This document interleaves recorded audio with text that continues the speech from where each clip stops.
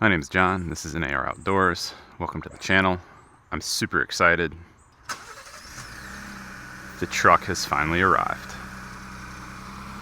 So this is a 2024 Cactus Gray Ranger XLT trim. It has the 2.7 liter V6 with 315 horsepower, 400 foot-pounds of torque. I opted to get the 301A equipment group, which includes power seats, heated front seats, slided rear window, 12-inch center stack, and dual zone climate control. I also optioned the advanced tow package with the tech package, trailer brake controller, the adaptive cruise control, which is awesome, 360-degree camera, which is awesome. I did get the FX4 package, mostly for the e-locker and the bash guards. It does add some drive modes and included the running boards, which we'll talk about later. Other things included in my order was a bed liner, side steps at the rear, and then rubber floor mats. Other than that, nothing else ordered from the dealer. Did not get a special paint protection package or anything like that. Now, my purchasing process, I am super thrilled with. I cannot recommend Crossroads Ford of Indian Trail higher because they made it super seamless. I'll include my sales guy's information below if you're interested. But what I did is in February, when these were kind of announced they were going to come out, I went ahead and signed up for Mustang Club of America. And what that did for me is allow me to get X-Plan pricing on this truck. Not available in the Raptor, and that's fine. X-Plan pricing, for those of you who don't know, basically eliminates any need for negotiation. It gives you a fixed price, a fixed fee from the dealer, and just, it was super seamless. It made me extremely happy. It made the whole process just pleasant. I didn't argue with anybody. There wasn't any going back and forth on the price. It was, this is what it is, going into it, this is what I know. And the other half of this that I think made it better for me was my old car, rather than try to trade it in, because I was pretty confident the dealer's not going to give me a good trade-in value for it. After shopping around a couple different dealers to see what their trade-in values were, I sold my other car to Carvana. It went smooth. It was about $2,000 more than any of the other estimates or quotes I got, including the Kelly Blue Book instant value. First thoughts. So I've had this for about 5 or 6 days now. I've taken it on the interstate. I have driven it around town a bunch, about 200 miles into it. So about half tank of gas. So a little under a week, a little under 200 miles on the truck, a little mix of interstate driving, mix of in-town driving, and I am just absolutely thrilled with this engine. I am very happy with my choice to wait for the 2.7 V6. I have not felt any need for additional power, and I've kept it under 3,000 RPM, kind of staying out of the turbo boost zone. I've also noticed that while I was thinking I was going to get one of the auto start stop eliminators, that maybe I don't need it. This engine is just so smooth. I think part of that's the inherent stability of the V6, that I don't really notice when the engine turns off, other than it gets quieter slightly. And I don't really notice when it starts back up. It doesn't cause the truck to shake like the 4-cylinder did. I'm also just thrilled with these seats. They're super comfortable. I have been wowed by the adaptive cruise control. It works better than my Mazda did, and it has a lane keep assist that I know a lot of people aren't really thrilled with, but I find it super useful. I'm even keeping it on in just daily driving rather than the interstate. My only complaint with the lane keep assist is that on the interstate, even though my hand's on the wheel, it doesn't recognize that my hand's on the wheel and tells me to put my hands on the wheel. So I wonder if there's a sensitivity setting that can be adjusted. The handling is just so stable. It rides very flat, especially for a truck. I haven't had any emergency stopping or handling needs, but I would imagine it's going to do well with those. The cabin, super roomy. They got the ergonomics dialed on this. There's plenty of space left in the back seat for my kids. I mean, I would be fine sitting back there even. So, you know, if you're on the fence about a Ranger over another truck, you definitely owe yourself to drive one. If you're on the fence about the 2.3 liter versus the 2.7 liter, I would suggest the 2.7 liter. I think it's a better engine.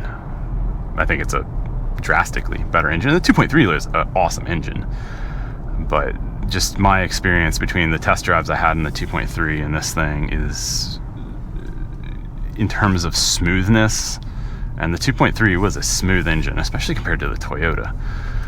But it's a smooth engine, but this is that much smoother, that much more powerful, and according to EPA, very similar gas mileage.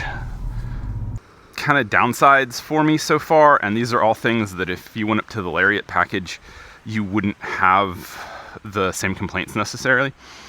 And I knew that going into it, so don't misunderstand. Like, I knew what I was getting and what I wasn't getting when I elected to get the XLT versus the Lariat. I just really didn't like the Lariat's leather seats. Like, really did not like them. And I didn't really like the wheels. I really think the XLT wheels look super nice. Thinking about maybe getting them powder coated like a bronze. I think that would look sharp on this truck. But anyway, the driver display options. I'll show a little video here. It gives you this option to add extra gauges onto the sides of the display. So as you can see, I've got the tachometer on the left, and it gives you an option to add another one on the right, but it doesn't give you options as to what gauge it is. So rather than the oil kind of temperature display here, I would much rather see an option for like an eco rating or a boost gauge, just to let me know kind of where I am in terms of economy. So I think that's something that could maybe be changed by Ford. I don't know if it's a force scan option. Other people may be able to tell me that. And then second thing that's, again, something that someone who gets a Lariat or a Raptor isn't going to have a problem with is it does have an actual key. I knew that going into it. I'm okay with it. It's just kind of a big change. So my last car was a Mazda CX-5. It had wired CarPlay, push button start. So I kept my key in my pocket, got my phone out to drive. Now I'm flipping that. So this says wireless CarPlay, but a keyed ignition. So I keep my phone in my pocket and get my key out to drive. And I'm okay with that. Again, I knew that going into it. It's something that the Lariat doesn't have because it has the push button start. But it's a surprising thing that they didn't include on this level of truck at this price. I don't necessarily think they needed to have like the walk-away door locks and the touch to open stuff, but I think they probably could have put just the push button start in there. And I'm kind of hit or miss on the running boards themselves. They're nice, they're solid, they're a little bit too tucked into the truck. So they sit under this, and at the height you're stepping in, it's a little bit, it kind of catches your foot almost. So I don't have a problem getting in this truck without them, but I have a small child, I have two small kids, and they appreciate the running boards. But these may come off, especially with some modifications I'm gonna make. So I've got a couple kind of day one mods we're gonna do. I've already put a couple on, and I'll show videos of that in here, just brief ones. So the plans are, I've already put on door edge guard from Expel, a little brief clip right here, pretty simple to do. If it's something you're interested in, it can save you a good bit of money to do it yourself. Really easy, and this is like 100 feet of the tape. It costs next to nothing for what it is. I think when my wife's Toyota, we paid $200 or $300 for it.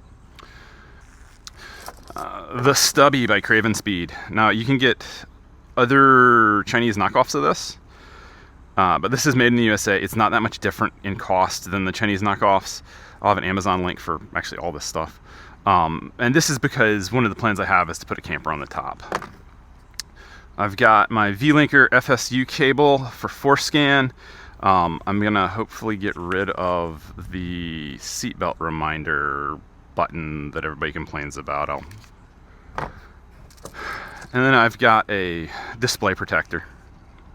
So this is what I'm gonna work on today. I'll try to, again, maybe have a video separately, maybe with it. Future plans, I might remove the running boards. I do plan on putting a camper top on, and when I say camper top, I'm talking about a Go Fast camper a Lone Peak camper or an extrusion overland.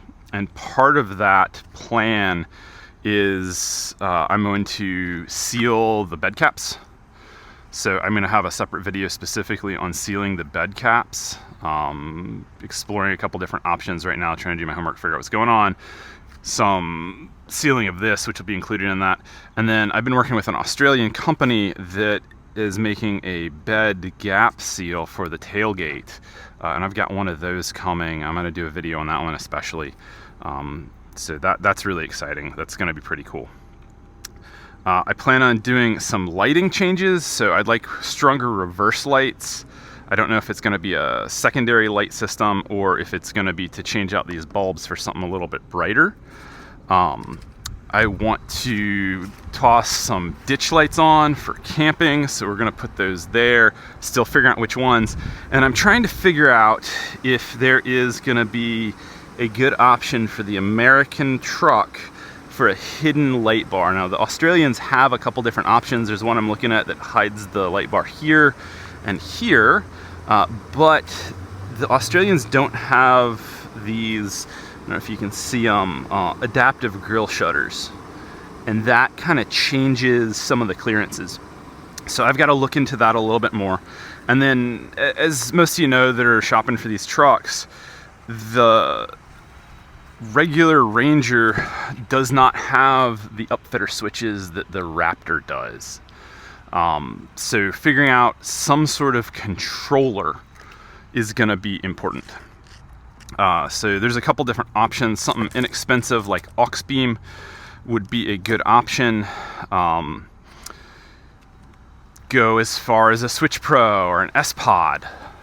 So still trying to figure that out.